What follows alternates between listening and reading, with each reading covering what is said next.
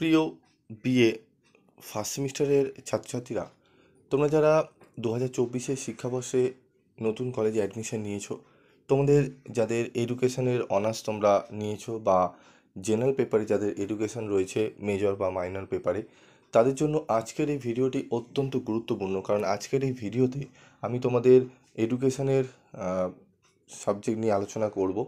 তোমাদের সিলেবাস এবং বইয়ের নাম আমি প্রিভিয়াস ভিডিওতে বলে দিয়েছিলাম। আজকের এই ভিডিওতে আমি আলোচনা করব তোমাদের গুরুত্বপূর্ণ 2024-এর প্রশ্নপত্রে তোমরা যে পরীক্ষা দেবে কোন কোন প্রশ্নগুলো তোমাদের পড়তে হবে সেগুলো আমি বলে দেবো। তবে আমি চ্যাপ্টার ওয়াইজ তোমাদের প্রত্যেকটা প্রশ্ন আমি তোমাদের বলে দিই, ঠিক আছে? তো চ্যাপ্টার ওয়াইজই বলবো। আমি প্রথমে তোমাদের বেশি করে প্রশ্ন রেখেছি যেগুলো একদম পড়লে তোমরা 100% এর বাইরে কোনো কোশ্চেন আসবে না, এখান থেকেই পাবে। সেরকমই আমি সাজেশন দেবো। পরে গিয়ে আমি তোমাদের এখান থেকেই একদম তিনটি করে স্টার, মানে এখান থেকে 3-4টি কোশ্চেন আমি বেছে দেবো যেগুলো পড়লেই তোমরা 100% ওখান থেকে পেয়ে যাবে। তো প্রথম থেকে যেহেতু যারা অনার্স নিয়েছো তাদের জন্য সাবজেক্টটি ভালো করে পড়তে লাগবে, তাই জন্য আমি কোশ্চেনগুলো তোমাদের দিচ্ছি, একটু ভালো করে দেখবে। এবং যারা চ্যানেলটি নতুন দেখছো, অবশ্যই চ্যানেলটি যদি পারো সাবস্ক্রাইব করে পাশে থাকা বেল আইকনে ক্লিক করে রেখে দিও। কারণ তোমরা ভিডিওটি দেখার পর তোমরা বুঝতে পারবে তোমাদের চ্যানেলটি তোমাদের কাছে কতটা গুরুত্বপূর্ণ হতে চলেছে। তো দেখো, কোশ্চেন প্যাটার্নটা আমি আগে বলে দিই। আমাদের কিন্তু সাবজেক্টের নাম হচ্ছে introduction and philosophical foundation of education.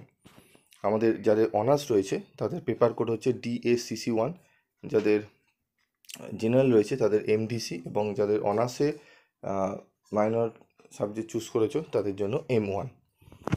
তো কোশ্চেন প্যাটার্ন দেখে নেবো। 10 নম্বরে 3টি কোশ্চেন করতে হবে, 5 নম্বরের 5টি প্রশ্ন এবং 2 নম্বরের 10টি প্রশ্ন, ঠিক আছে?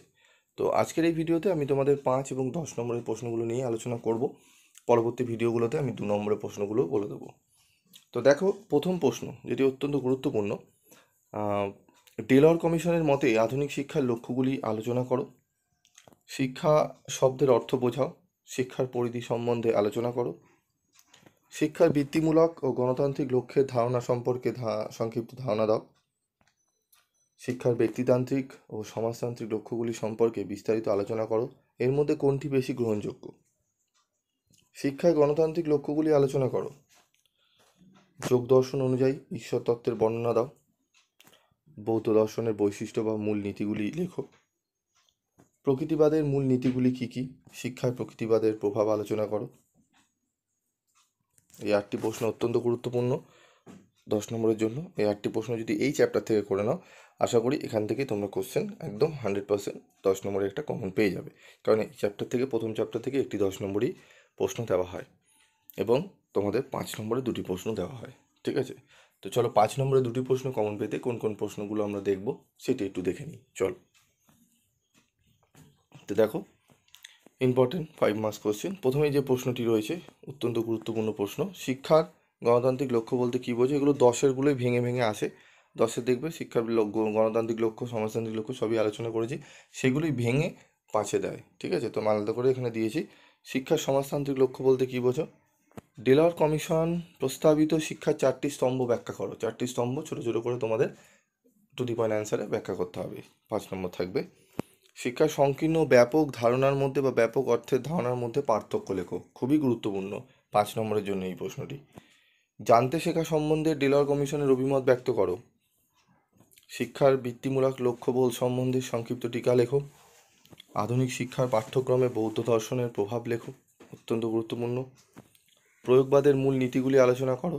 বৌদ্ধ দর্শনের শিক্ষাগত তাৎপর্য কী, ঠিক আছে? এবং তার সাথে রয়েছে শিক্ষাক্ষেত্রে প্রয়োগবাদের প্রভাব সম্পর্কে সংক্ষেপে আলোচনা করো। প্রশ্নটি অত্যন্ত গুরুত্বপূর্ণ।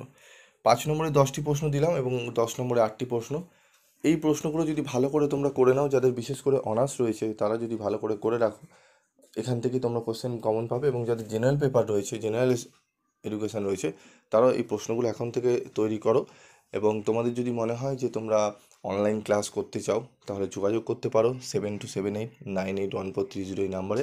বা যদি তোমরা মনে করো স্যার আমরা একেবারে স্টাডি মেটেরিয়াল সংগ্রহ করব, স্টাডি মেটেরিয়াল দেখে আমরা পড়বো, তাহলেও তোমরা সংগ্রহ করতে পারো। তোমরা হোয়াটসঅ্যাপ করে নেবে, কলে অনেক সময় পাবে না, হোয়াটসঅ্যাপ করে তোমাদের নাম ঠিক আছে, এবং সাবজেক্ট নেম তোমরা লিখে রাখবে, আমি অবশ্যই রিপ্লাই করব।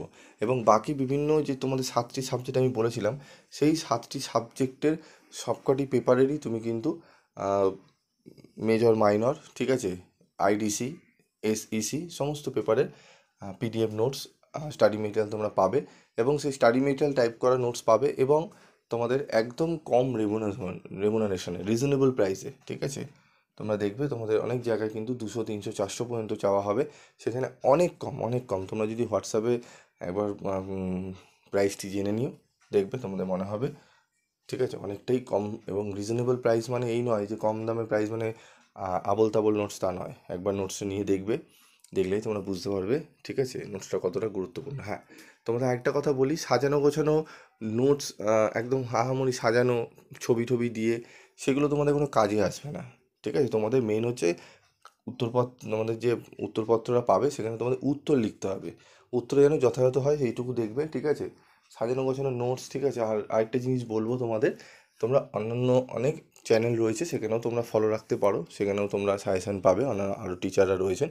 তবে আমি বলবো যারা অন্যের সমালোচনা বেশি করবে, এই সমস্ত চ্যানেল থেকে একটু দূরে রাখবে, কেন সেখানে ক্ষেত্রে তোমাদেরই ক্ষতি হবে। কারণ যারা সমালোচনা করবে, দেখবে সবসময় নোটস বিক্রির কথা বলবে, তারা কিন্তু বিজনেস করতেই আসে, ঠিক আছে। সচরাচর তোমরা মার্কেটেও কিন্তু বই পেয়ে যাবে অ্যাভেলেবেল, ঠিক আছে। আমি বইয়ের নামও তোমাদের বলে দিয়েছি, তোমরা বই কিনলেও সেখান থেকেও পেয়ে যাবে। যদি তোমাদের মনে হয় বই কিনবে, বই কিনে পড়বে, কোনো অসুবিধা নেই। যে প্রশ্নগুলো তোমাদের আটকাবে সেগুলো একটু জানাবে, আমি তোমাদের ভিডিও আকারে আলোচনা করে দেবো। নোটস কেনারও কোনো প্রয়োজন নেই, ঠিক আছে। কোনো বই কিনলেও কিন্তু হবে। আজকের মতো এটুকুই, দেখা হচ্ছে পরবর্তী ভিডিওতে। সকলে ভালো থাকবে, সুস্থ থাকবে।